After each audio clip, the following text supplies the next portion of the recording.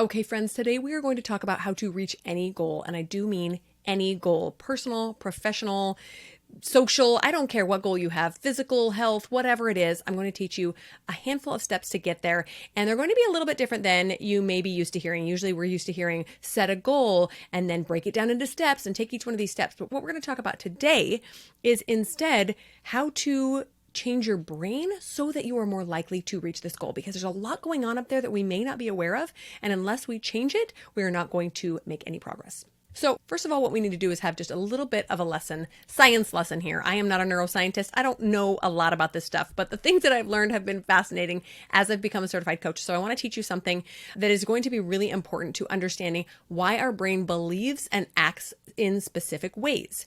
So our brain sets up these paradigms and these belief systems for a reason. The main reason is because it keeps us safe. That's our brain's number one priority, is to survive, to keep us safe. So it creates these paradigms, these belief systems to keep us in a place where we feel comfortable. Have you noticed how uncomfortable you feel when you go someplace really new? If you've ever traveled to a foreign country and everything is different, it is a little bit traumatic to your brain. It's like, oh, I don't know where to go to eat or to the bathroom, or these basic survival things we don't know anything about. We can't understand what people are saying. We can't read the signage. It's really scary. And so our brain creates these systems to put things in boxes so that we feel safer and we can take care of ourselves the way we need to. It also helps us make sense of the world around us. When things are confusing, our brain has to work a lot harder and expend more energy than normal. So it wants to make things very simple for us. And that's what these paradigms and these systems do. Now, recently, I've been reading a book called Worthy by Jamie Kern Lima. Highly recommend it. I love her. She is a delightful entrepreneur, has a beautiful story. And now that she's made $1 billion building her cosmetic brand and selling it, she is now dedicating her life to teaching people how worthy they are and how they are worthy of reaching any goals they have. So I really recommend the book. But inside the book, she talks about a portion of the brain that is fairly unknown to us lay people, and it is called the reticular activating system. So I want to talk about this system really quickly. The reason the reticular activating system is important is because one of its main purposes, it has a lot of purposes, but one of its main purposes is to connect the subconscious brain with the conscious brain. So it takes the things that we may not generally be paying attention to and it connects it with the conscious side of things. I took a drive recently with my kids. It was a 12-hour-long drive. I was the only driver. And what I noticed when I was thinking about this reticular activating system was all of the things that my brain was not paying attention to. So your brain gets constant stimulus at all times. Just sitting here, I'm noticing lights on me, the camera, my microphone, some important things, but there's lots I'm not noticing. I'm not noticing the other things in my room. I'm not noticing the sun shining. There's a lot of things I'm tuning out so that I can stay focused on what I'm doing in this moment. It would be so overwhelming for your brain to pay attention to everything. And on this drive, I noticed the same thing. The things that I wasn't particularly paying attention to that my brain was tuning out was the mountains I was driving along. I was driving along a lot of mountainous roads. I wasn't paying attention to the cliff or the rocks next to me. I wasn't paying attention to the little sounds in the car and outside of the car. I wasn't really paying attention to smells in the car, the feel of my clothes or my jewelry on me, or the bug splatters on the windshield. I was ignoring most of these because they weren't necessary in the moment. But what was I noticing? Well, really essential things like if there was an obstacle in the road, the cars all around me. I was noticing rain when it started raining on us, or any other adverse driving conditions, because these were critical for our survival. I was driving 80 miles an hour down the freeway. I had to be paying attention to the things that could cause me or my family harm. A funny example was there were multiple dead deer on the side of the road. So sad. And I would mention to my kids, oh, do you see that deer? But we were moving so quickly that for them to look up and notice, most of them missed it. And my younger son was kind of upset about this. I missed the deer, but I saw every last one of them. Why? Because they were potential hazards for me and my family. So I was constantly scanning the road. Now, if the deer had been, a mile off the road in the field, I wouldn't have noticed because my brain was so focused on the road and those hazards. So start to pay attention when you are doing something, all of the things that your brain is not noticing, and you will understand just how powerful this reticular activating system is. It pays attention to the things that matter most. So what we want to do in order to reach our goals is to tell it what to pay attention to. Why? Well, because our belief system is set up a certain way because that has been what served us in the past. But if we want to reach new goals and beliefs, we have to tell it to pay attention to different things because we are stretching and growing ourselves. We do this through changing our beliefs. As a life coach, I teach people how to change their beliefs so that they can change the world around them and the life that they have. If someone told me before I started this drive with my family that there was a lot of rock slides happening in the area, guess what I'd be paying attention to? those mountains I was driving along, right? There was a lot of these rocky cliffs that I was driving along, but I wasn't particularly paying attention to them because they didn't pose any sort of hazard to me. If there was a rock slide happening, you better believe I would be paying very close attention to those mountains and those rocks. Okay. So the first step to reaching any goal is to choose what to believe. And then our reticular activating system goes to work finding evidence that is true and making that belief even stronger. All right. So let me give you an example in regular life. The past few years, I've started seeing wrinkles on my face. I'm 44 now, and I've noticed that my face is changing. I can see evidence of aging that I never saw before. But what I've learned as I start seeing these wrinkles is that my brain believes that wrinkles are bad. Gee, I wonder why. Probably because society has told me so. Celebrities and other famous people, the people that society tells us are beautiful, do not have these wrinkles for the most part, right? They fight against them. They do all these treatments to not have them because society says wrinkles are bad or they're ugly or whatever. When we have a society that does not value something and we see that thing in ourselves or our loved ones, we're going to start panicking. That's not valuable. Wrinkles are bad. Wrinkles are ugly. I don't want them for some reason. So because I have this belief that I actually didn't even know was there until I started seeing the wrinkles on myself, my brain now looks around for evidence that this belief is true. Even though I don't love this belief because it causes me angst when I look in the mirror and I see wrinkles, I think wrinkles are bad and then I feel bad about myself. I don't want this belief, but my brain still scans for evidence. So what does that look like? When I see someone beautiful or successful with wrinkles, I actually don't pay attention to that. I ignore it. Instead, I notice everyone who does not have wrinkles. So everyone that comes up on my Instagram or on my TV or on wherever I'm looking in real life, and I know they're about my age and they don't have any wrinkles, I think, oh, how'd they get that way? How'd they do that, right? Because my brain values the not wrinkles because I keep thinking there's something bad about them. Isn't that fascinating? So my brain is looking for that evidence. I actually don't want to fight aging, and so I'm trying to actively change this belief, but it's going to take time because it's been building up in my brain for a long time. Here's another example. Let's say you're trying to eat better, but you don't currently love vegetables. That's a belief you hold on to, and you got lots of evidence of it. You've eaten peas and asparagus, and every time you eat a vegetable, it's gross. So anytime you confront vegetables, your brain is going to start saying, there's a bias there. I don't like this. I will not enjoy this. Even if it's a brand new recipe you've never tried. You believe you hate them, so your brain is going to continue finding evidence that you hate them. So you have to actively find evidence that it's not true. One way to do this is to just start giving yourself more experiences around vegetables and start saying things like, actually, roasted Brussels sprouts are pretty amazing. Don't lie to your brain. Don't try to trick it. That will not bring any success. Our brains are too smart for that, right?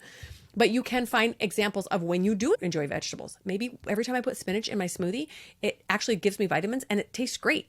I can't taste anything bad there. So I enjoy spinach in a smoothie. So give your brain evidence to combat this belief that you want to change. Now, as we can see, that belief and the evidence are intrinsically tied together. There is really no way of separating them. So if we want to change the belief, we have to change the evidence. Here's another interesting example. There is kind of a growing network of people who believe that the earth is flat. Interesting. Why do they believe this way? Is it because they don't have access to the same science we do that proves the earth is round? No, of course they have access to all those things, but they have chosen the belief that the earth is flat. And so they find all the evidence that proves that is true or supports their belief. And they hold on to that evidence really tightly because this belief is important to them. The same thing happens with all the beliefs that we have. Okay, now let's move on to business. Let's say our goal is to make $50,000 in a year. The first thing we have to do is start believing that it's possible, especially in our industry. Once we do that, our brain will start to look for evidence that it's true. Now, we like to think that we have to find the evidence first, but unfortunately, that's not how the brain works. Even if we find evidence to the contrary, our beliefs will fight against that evidence because our brain is so latched onto the belief system that we have, okay? So one thing you might want to do to believe this thought is start looking for other business owners in your industry that are making $50,000 or more. Boom, evidence, evidence, evidence, right? You start seeing multiple of them.